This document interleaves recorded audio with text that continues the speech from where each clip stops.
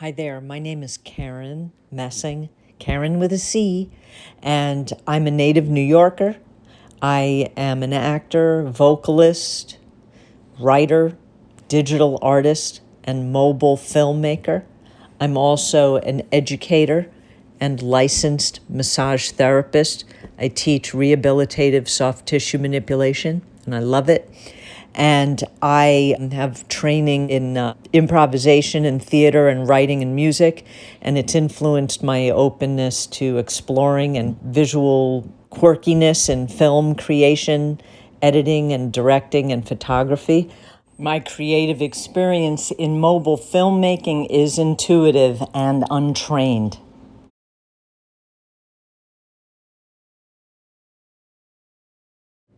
I would rather never watch another film in favor of reading a book, because the primacy of how my imagination is stimulated by reading would be more generative and satisfying for me. I'm very proud and grateful for sharing the short animated musical film Swimming Upstream that I edited and created entirely on my iPhone 7 Plus.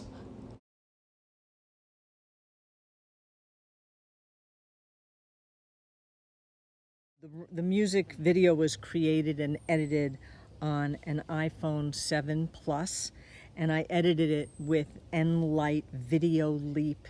So I started to do a bunch of reading about how swimming upstream as a theme seems to recur anthropologically across cultures. So I started to soak that in. I asked the singer songwriter Mike West a little bit through email, is there anything you would like to share with me about the song? So I left it very open ended. So he shared that he wrote the song Swimming Upstream in response to his experience recently quitting smoking, and that he was on some type of smoking cessation drug, a patch of some kind, where the side effects is that they gave him very intense dreams, nightmares, and he felt very isolated and lonely for months. So the song was sort of expressing that experience. I started to get very entrenched in reading different texts about the original Greek myth of Sisyphus, moving into more current philosophical interpretations, such as philosophy of recursive thinking. So after Camus, this man named Manfred Kopfer came up with a solution. Every time Sisyphus reaches the top of the mountain, he would break a stone from the mountain and then carry it down to the lowest point. This way, the mountain would eventually be leveled and the stone would not be able to roll down anymore. Therefore, it would be like a solution that turns the punishment into its own test, sort of like, are you worthy of moving mountains? But the whole notion of self dissolution was very interesting to me, not feeling worthy and that sort of becoming one with the environment. So Camus' question of whether Sisyphus could really free himself from a fate of ending in self-dissolution, it really resonated with me in terms of imagining what it felt like for the singer-songwriter to be in the throes of the depression that he was in. My heart really took that in, and basically it took months and months, and I still really didn't have anything down. And the writer said, "So at some point, I'm assuming we're going to have a shoot. You do want me to sing the song, or am I going to be in this?" And I was a little embarrassed because I really didn't have anything yet. So I just said yes, and we did a 1-day shoot. My vision also, I was excited because I wanted to try some of these techniques where you could have someone looking in a mirror and doing something, but you could use masking to have the mirror reflect back different footage. So I sort of had that in mind. So I played with that and matching that up differently with different takes.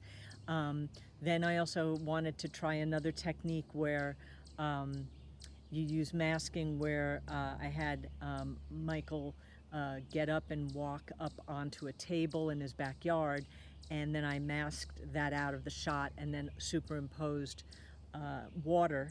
So having an interest in using these techniques, and that informed some of my choices about effects. We went through him singing the song 3 different times in 3 different ways. I also imagined that the whole thing was going to take place as though seen from the eye of an eagle. There was like this spirit animal who can see from so far away, and sort of I imagined also the eagle, and sort of how lonely it might be sometimes, or solitary it might be to be an eagle. And I had this image of the eagle catching koi and catching trout, and trout swimming upstream and so forth. So I kept having this energy about an eagle. Another component to the creative process was that when I read the philosophical text of Philosophy of Recursive Thinking about the idea that there's a solution, that Sisyphus could level out the mountain, instead of sort of intellectually chewing on that or masticating it, if you will, I started to just play around with drawing it.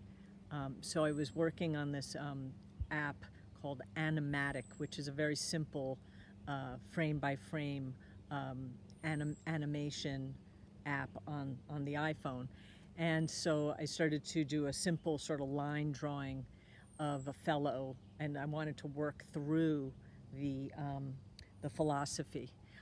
So that was a great way to sort of process the information through drawing and not be like overthinking. It was a great way to just let it sort of get deeper into my consciousness. It was very rewarding to be able to integrate it into the video, to fit it in some way so that I could share that part of the process, even though it's a different medium. You know, I didn't know exactly how I was gonna accomplish that. So that felt very rewarding.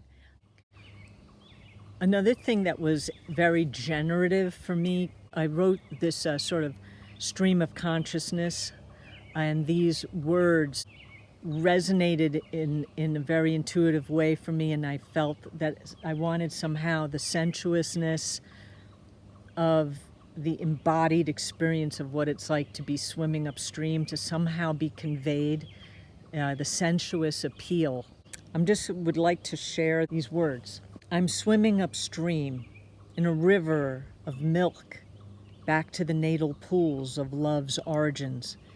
I cannot differentiate the shapes of love's shadows. It's only white that I see, streams of white roses, soft, petaled fingers caressing my skin as I swim, the rushing foam, the white noise silencing doubt. I'm propelling myself against the current and toward a certain death, tumbling waters, whitening the stone. Free and clear and deeper from the journey.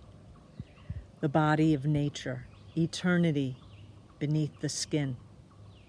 Glimpsing up, I see eagles filling their bellies and resting for a while together in trees. Like a shining ornament reflecting wind-torn feathers of freedom, they're gathering around the feast for holy days. Such long flights over shaking rivers, amid tall trees, standing at the edge of emptiness. The eagles give thanks for the company with which to feed, to nourish, giving rest to solitude. Their feathers drop like poems from the sky, the gifts only loneliness can provide.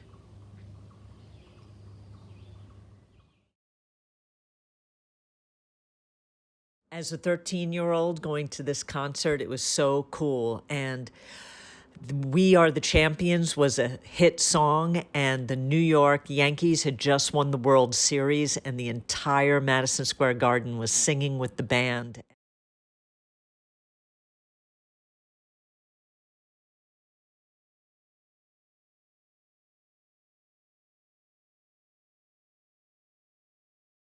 It was a book of poetry by Amy Madden Taylor. Oh, that's a fun question. I'm going to have to say ocean because it feels very otherworldly and it's a little more accessible right now.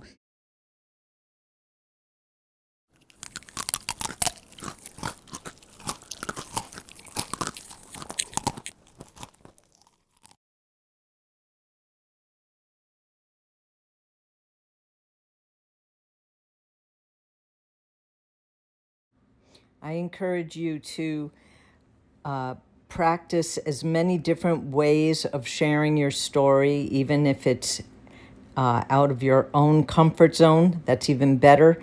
Just to keep exploring and experimenting. Follow your premonitions.